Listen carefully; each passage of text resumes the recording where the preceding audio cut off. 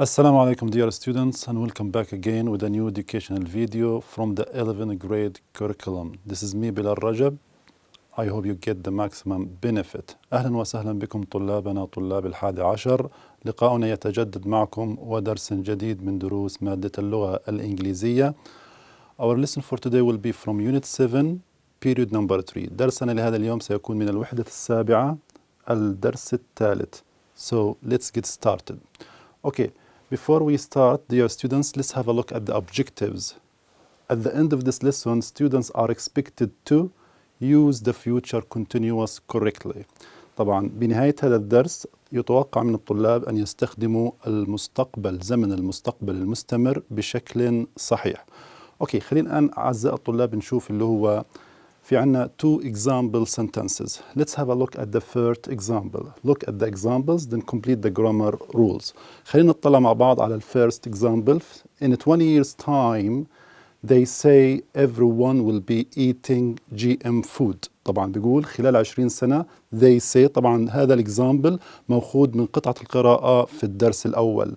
In 20 years time, they say everyone will be eating GM food. طبعا بيقول إنه خلال 20 سنة العلماء يقولون إنه الجميع سوف يكون يأكل أو يتناول طعام معدل جينيا.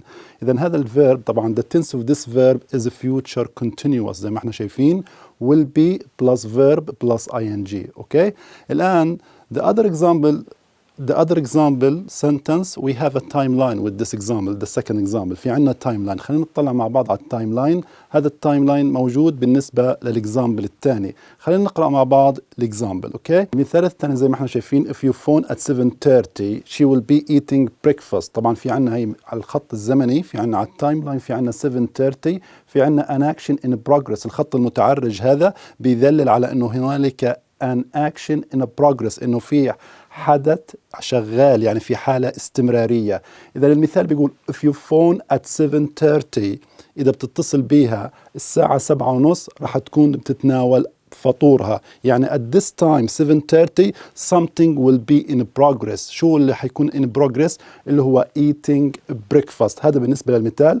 هي زي ما احنا شايفين في عنا 7:30، في عنا الأكشن اللي هو phone here، وفي عنا الأكشن in progress يكون زي ما قلنا eating breakfast. أوكي. إذن أوكي، هذا بالنسبة للتايم لاين وبالنسبة للمثال الموجود أمامنا. الآن أعزائي الطلاب رح نتعرف على more examples for more clarification، للتوضيح يعني. مثال، خلينا نشوف هذا الطالب شو بيقول. في عنا الطالب هذا بيقول كالتالي this time next week I will be sitting on the beach. طلعوا this time next week I will be sitting on the beach، يعني في هذا الوقت الأسبوع الجاي رح كون جالس طبعا وين؟ على الشاطئ تحت مثلا أشعة الشمس. I will be sitting. ننتبه لكلمة this time this week زي المثال اللي شفناه قبل شوي this time tomorrow مثلا. this time next week I will be sitting on the beach. طبعا زي ما احنا شايفين the tense of the verb future continuous will be plus الverb plus ing. الآن المثال الثاني look at this girl what she says. نشوف شو بتقول هاي البنت الفتاة اللي أمامنا. بتقول in 5 years time I hope I will be working as a doctor. يعني خلال 5 سنوات بتمنى إني أكون بشتغل كطبيبة. I will be working as a doctor. in 5 years time خلال 5 سنوات بتمنى إني أكون بشتغل as a doctor. أوكي، هذا بالنسبة للأمثلة اللي أمامنا. الآن أعزائي الطلاب بنلخص من الكلام هذا اللي حكينا إنه الفورم تبع الفيوتشر كونتينيوس هو كالتالي will be plus verb plus ing. أما بالنسبة طبعا لليوز، طبعا الاستخدام we use future continuous to talk about an action that will be in progress at a certain time in the future. بنستخدم المستقبل البسيط زي ما احنا شايفين للحديث المستقبل المستمر. طبعا نستخدمه للحديث عن ايش؟ عن حدث سيكون في حالة استمرارية بوقت معين وين؟ in the future في المستقبل. اوكي، هذا بالنسبة لليوز. الآن خلينا نشوف أيضا بعض اللي هو الأمثلة الأخرى. For example خلينا نشوف المثال هذا when you get off the train we will be waiting for you on the platform. طلعوا معايا. when you get off the train عندما تنزل من القطار we will be waiting راح نكون بانتظارك بمعنى يعني at this time you get off the train at the time you get off the train يعني بالوقت اللي حتنزل منه من القطار راح نكون احنا بانتظارك. we will be waiting for you on the platform على الرصيف يعني.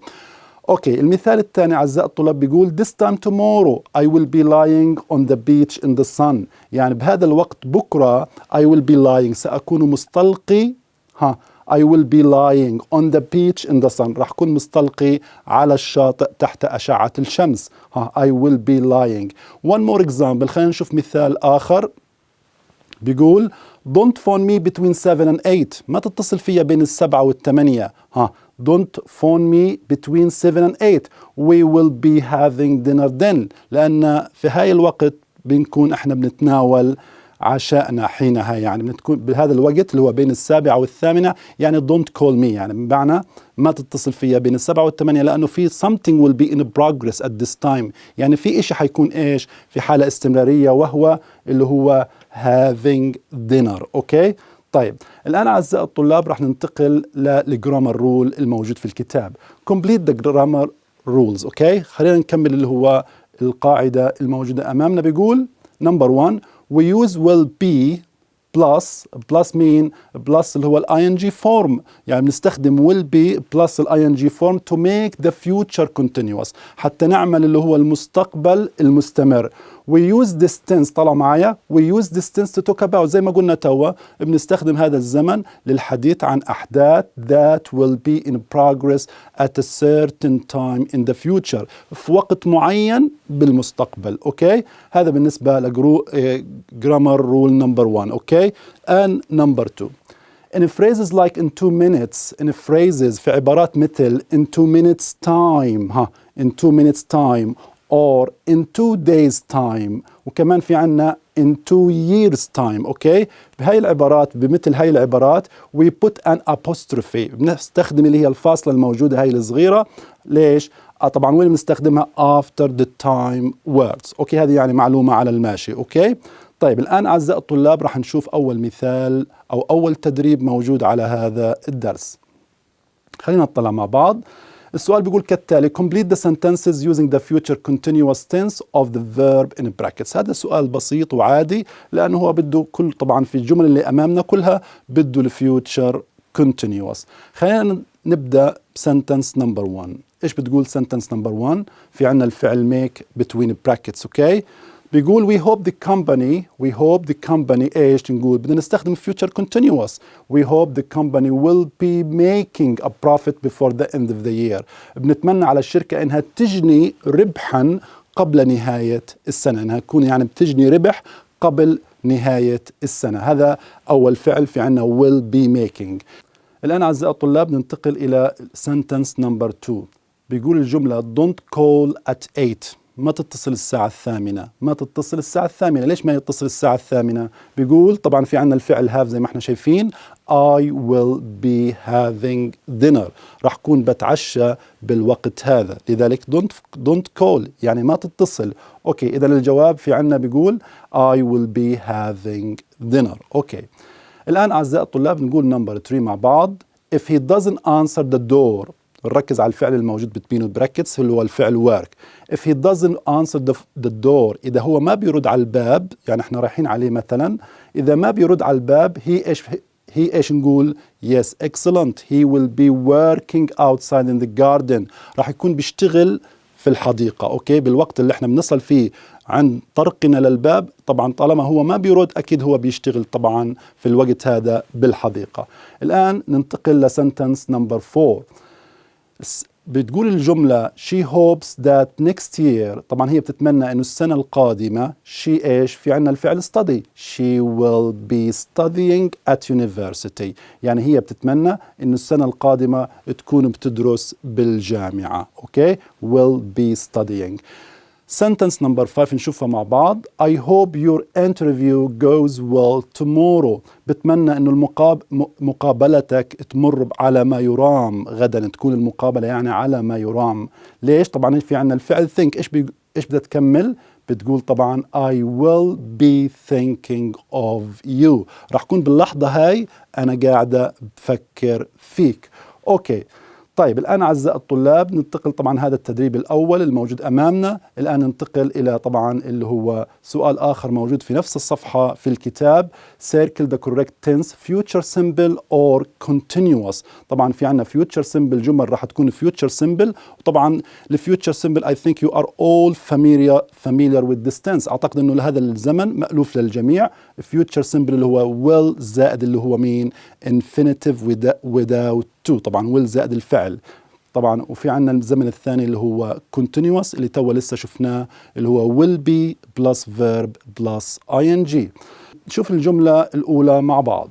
الجملة بتقول we won't go if you don't want to، يعني we won't go لن نذهب إذا أنت لا ترغب بذلك. إذا الجملة هذه بسيطة طبعا. إذا الجواب الصحيح هنا لازم نستخدم future simple. we won't go if you don't want to، إذا أنت ما كنت بترغب بذلك لن نذهب. أوكي، المثال الثاني بيقول Australian time is 10 hours ahead of us، يعني التوقيت الأسترالي 10 ساعات أمامنا، تقريبا 10 ساعات، يعني هم سابقيننا ب10 ساعات. لذلك بيقول so he will get ولا be getting up when we phone.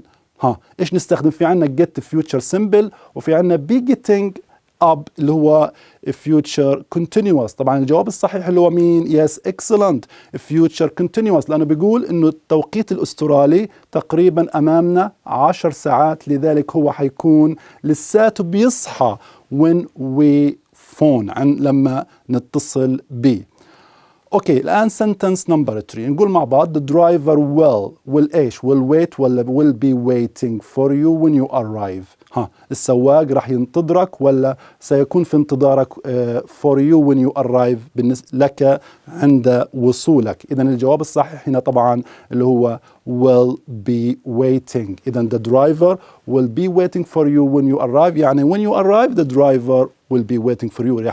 يعني زي ما قلنا راح يكون في action in progress، وهو انتظار السواق لإلك يعني. أوكي، طيب number 4 نشوف مع بعض. number 4 if she isn't at home when I get there، إذا ما كانت هي في البيت لما أنا أصل هناك I will wait ولا I will be waiting till she arrives.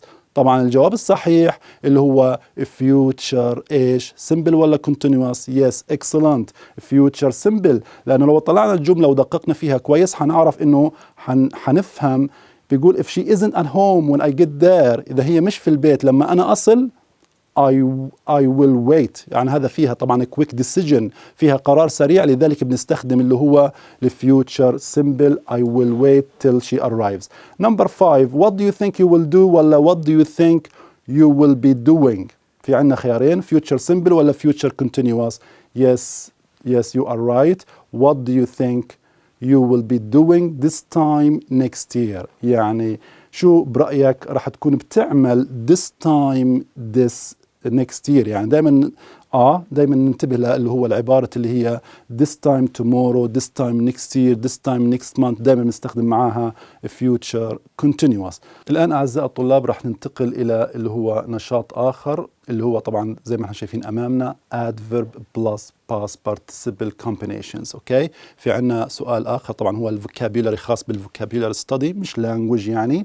في عنا adverb plus past participle، في بعضنا اللي هو الأحوال زائد التصريف الثالث للفعل. زي ما احنا شايفين في عنا some examples هنا، نطلع مع بعض على example number 1 بيقول they are very well educated. طبعا well educated ايش شايفين احنا؟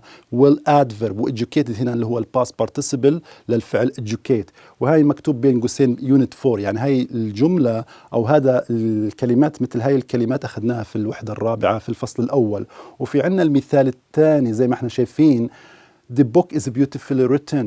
The book is beautifully written، يعني الكتاب مكتوب بشكل جميل. beautifully طبعا adverb، وفي عنا written اللي هو التصريف الثالث للفعل right، وهذا أخذناه تقريبا في الوحدة الخامسة. الآن المثال الثالث ايش بيقول؟ all our food is freshly cooked، يعني كل أطعمتنا طبعا مطبوخة حديثا. يعني إيش مطبوخة حديثا؟ يعني طازجة. وهذا طبعا موجود الدرس في period number 1 this unit. طبعا freshly cooked. عندنا freshly اللي هي adverb، والفعل طبعا cook اللي هو تصريف ثالث cooked. إذا freshly cooked. الآن راح نتعرف على مجموعة أخرى من الأفعال زي ما احنا شايفين أمامنا التيبل الموجود أمامنا هنا. طبعا في عنا adverb وفي عنا على اليمين اللي هو past participle. السؤال كالتالي تحت هيما زي ما احنا شايفين. السؤال بيقول match each adverb to the past participle of a verb to make adjective phrases. احنا لما نضيف الادفرب مع الفعل اللي هو الباست participle بنكون اللي هو حاجة اسمها adjective phrases. خلينا نشوف طبعا اللي هو الادفرب مع هاي الافعال ونكون adjective phrases جديدة. خلينا نطلع مع بعض. هاي المثال امامنا. نبدأ باللي هو بالادفرب نمبر 1 اللي هو highly. ايش نقول highly ايش؟ yes excellent highly praised. طبعا highly praised طبعا بمعنى حظي بإشادة كبيرة أو حظي بثناء كبير أو على مستوى عال. أوكي. نمبر 2 في عنا widely إيش نقول؟ yes you are right widely known. widely known طبعا اللي هي بمعنى معروف أو يعني very famous يعني مشهور على نطاق واسع. نمبر 3 اللي عندنا الادفرب اللي هو well. اوكي well ايش؟ yes well written طبعا مكتوب بشكل جميل مكتوب بشكل جيد. اوكي.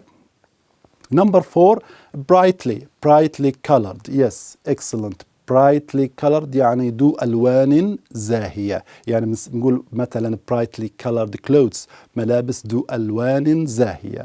نمبر 5 في عنا badly ايش نقول؟ yes badly injured. اوكي يعني اصيب اصابه بليغه. اوكي تمام. في عندنا كمان واحده اللي هي نمبر 6 fully yes fully qualified يعني مؤهل بالكامل او على نحو كبير يعني مؤهل بالكامل fully qualified. الان هذه الادجكتيف phrases راح نستخدمها في جمل. لذلك راح نطلع مع بعض على السلايد الشريحه التاليه. في عندنا سؤال الموجود في الكتاب. طبعا السؤال بيقول طبعا هي الكلمات امامنا اللي هي الادفرب مع اللي هو الباست بارتيسيبل وفي عندنا الجمل. والسؤال بيقول use the adjective phrases to complete these sentences. بنستخدم الادجكتيف phrases هاي الموجودة في الصندوق لحتى نكمل الجمل اللي امامنا. نبدأ مع نمبر 1. اوكي sentence number 1 the book was ايش؟ by all the reviewers. اوكي الكتاب ايش ماله؟ الكتاب yes excellent the book was highly praised يعني الكتاب حظي بثناء كبير من قبل جميع المراجعين. yes excellent. إذا the book was highly praised by all the reviewers. اوكي نمبر 2 الآن it may sound strange to you يعني يبدو الأمر غريبا بالنسبة لك but it's a space name in my country. yes excellent it may sound strange to you يعني يبدو الأمر غريبا لك لكنه اسم إيش ماله؟ اسم إيش؟ widely known name in my country يعني اسم مشهور على نطاق واسع في بلدي يعني very famous. أوكي الآن أعزائي الطلاب نشوف مع بعض نمبر 3. نقرأ مع بعض she always wears يعني دائما ترتدي شو؟ yes excellent brightly colored clothes يعني دائما بتلبس ألوان ملابس ألوانها زاهية. so you will recognize her easily لذلك أنت راح تتعرف عليها بسهولة. number 4 he's studying to be a doctor but it will be another year before يعني هو بيدرس لحتى يصير دكتور but it will be another year لكن يحتاج لسنة أخرى before he is قبل ما يكون إيش؟ yes excellent before he is fully qualified. number 5 الآن نشوف مع بعض الجملة the story yes the story إيش؟ القصة إيش مالها؟ القصة yes the story is space but it isn't very exciting. القصة إيش مالها؟ yes well written يعني مكتوبة بشكل جميل لكنها ليست مثيرة جدا يعني ليست مثيرة للاهتمام. الآن أعزائي الطلاب sentence number 6 الجملة بتقول كالتالي the accident looked serious but no one was. طبعا الحادث بدا خطيرا لكن لا أحد إيش؟ طبعا في عنا طبعا تبقى عنا adjective phrase واحدة. إذا بنقول تاني the accident looked serious but no one was badly injured. بدا الحادث خطيرا لكن لا أحد أصيب إصابة بليغة. Okay, إذن this is the end of our class for today. Till we meet again, I hope you all good. الآن أعزائي الطلاب وصلنا إلى نهاية درسنا لهذا اليوم. حتى نلتقي في درس جديد أتمنى لكم كل الخير. Thanks for your watching and goodbye.